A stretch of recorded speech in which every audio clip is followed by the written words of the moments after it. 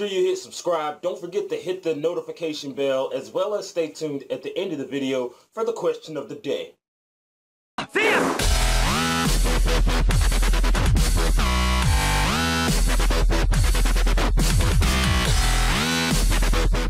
What's going on, my fellow fuzzbutts? ZabuTheSergal here, and back with another video just to educate my people. Oh man, it's been like weeks since I've said that, and it just feels good to get that off of my good old Sergal chest. And today we're gonna go into another installment of the Fursuiting 101 series, and this time we're gonna be talking about handlers. Now, this is something that is very, very, very, very important when you are going on your fursuiting endeavors. Whether it's, you know, just strolling through a park or you're at a convention, this is something that you will this is something that will be very essential to your fursuiting experience. And what a handler is typically someone who is out of suit that helps you navigate and interact with people around your given space or area or whatever. And you know, this is especially important because, as we know, whenever you're wearing a fursuit, there is very, very limited mobility. Because, you know, we can't see very well, we got all these layers on, so there's going to be objects that we're going to run into. Sometimes when someone's trying to speak to you, you can't really hear them because there's like a lot of external noise in addition to, you know, the stuff that you're just trying to listen to for yourself. So there's that, and that's where this good old handler comes into play, because they'll help people, you know, flag you down if they're trying to get your attention and you can't really see them because narrow field of vision. They'll help you out in that regard. They'll walk you through places, help you walk around these objects. That way you're not tripping over yourselves, because sometimes things can get very dangerous because a lot of convention centers and like hotels have lots of floors, and it'd be very, very, very, very unfortunate if you were to stumble off of one of these floors and, you know, have a terrible, terrible, terrible accident. Alright, so step one to being a handler is make sure that you pay attention to the signs. Make sure you keep your eye on the fursuiter themselves, because, you know, overheating is a thing, tripping is a thing, and interacting with people is a thing. So if you start to notice that, you know, they're just getting a little bit worked up, or when you're talking to them, they're not really responding all that much, then yeah, you definitely want to take them to the side, you know, check on them, make sure they're okay, because heat builds very quickly inside of these heads. So you want to be on point when it comes to paying attention about their, you know, their comfort levels. Because things can get dangerous, and it can even seek medical attention if somebody starts having a heat stroke and stuff like that. Usually it starts with dehydration, so you know, they just kind of make sure you have a liquid on hand, which brings me to rule number 2, keep your fursuiter hydrated. Because hydration is key with like anyone, whether you're in or out of suit. Always stay hydrated, but even more so whenever you're in suit, because with all these layers being on your skin, you're going to sweat a lot easily and a lot more often. So you're going to need to, you know, replenish those liquids as necessary.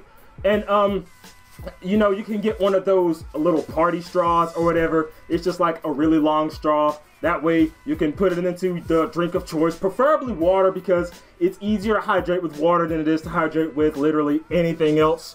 So yeah, just take the bottle of water, put that big old straw in there, and put it in the muzzle, because, you know, species are, you know, different when it comes to the sizes of the muzzles and stuff. So you want to make sure that you have a straw long enough to reach inside the muzzle. That way you can quench that good old thirst. Another thing about being a handler, make sure that you keep the fursuiter's path clear. Clear of obstructions and clear of people, because like I say, trip hazards are a thing, and if somebody were to trip and fall, they can very badly damage their fursuit.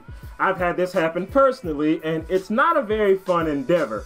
You know, sitting there with a broken suit because, you know, you've got like broken seams or whatever, your ears hanging off, you know, these are all metaphorical, but they very well could happen. And especially when you are at a con, that can be a very gut-wrenching thing, because you've been anticipating this con, you know, wearing your fursuit and living the fursuit experience, only to have your fursuit experience be dampened by something that you tripped over. Now, not saying that if you tripped then all of a sudden it is your handler's fault, because you know, as the fursuiter, you also have to pay attention to your handler. Make sure you are aware when they are trying to gesture to you. That way they don't have to like grab your muzzle and turn you to them. That way you can pay attention to them. Make sure that that level of communication stays constant because it's for your own safety. Because that's what the handler is there for you to do. Make sure that you have a safe and fun, but mostly safe fursuiting experience. Now, I don't want to make handlers seem like it's a chore to do because sometimes being a handler can be very fun because you'll meet people in the process as, you know, the fursuiter starts to meet people because, you know, since there's that lack of communication between like talking in your suit, especially if you're a silent suitor and you don't really talk that much anyway, then having a handler makes it very, very, very, very, very easy to communicate with other people. So there's that. So don't think of it as, oh, this is my job and I'm not gonna have fun because they're the one in suit and I'm out of suit, so my fursuit experience is just gonna be ruined because I'm not suiting right now. It's not like that at all. You can still let people know that you have a suit and stuff like that, and you know, hey, if you guys want to swap off, like the current suitor, if they want to get out of suit and if you want to get in suit, that way, you know, you can kind of reverse the roles and you both can get your fursuiting out of the way, then by all means do that. That way everybody can have a fun, safe, and wonderful experience. Just remember, keep them hydrated, be aware of their surroundings, and communicate. Because communication is always so very important. Of course, there are other things that you can look out for whenever you're being a handler. You know, it's subjective from person to person, but those are like the main things when it comes to handling a fursuiter. So yeah, I just thought I'd touch up on that. But for right now, I'm gonna go ahead and close this. So if you like this video, go ahead and scratch that like button so that I can know to post more awesome content in the future. You wanna talk to me? Have some Twitter. You want to stay updated as well as know when the next Q&A is gonna be? Have fun. Infinity. Want to draw fan art of ZabuTheSergal? Fan art is always welcome. Keep it PG-13. Nah. But as always, my name is ZabuTheSergal, and I'm out of here. Blah, blah, blah, blah.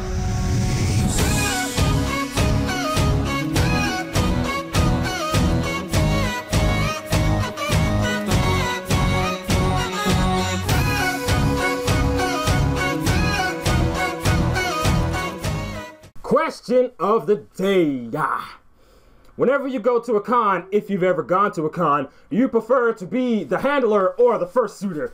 Post your comments down there in the dibbly below and I'll share my thoughts with you guys.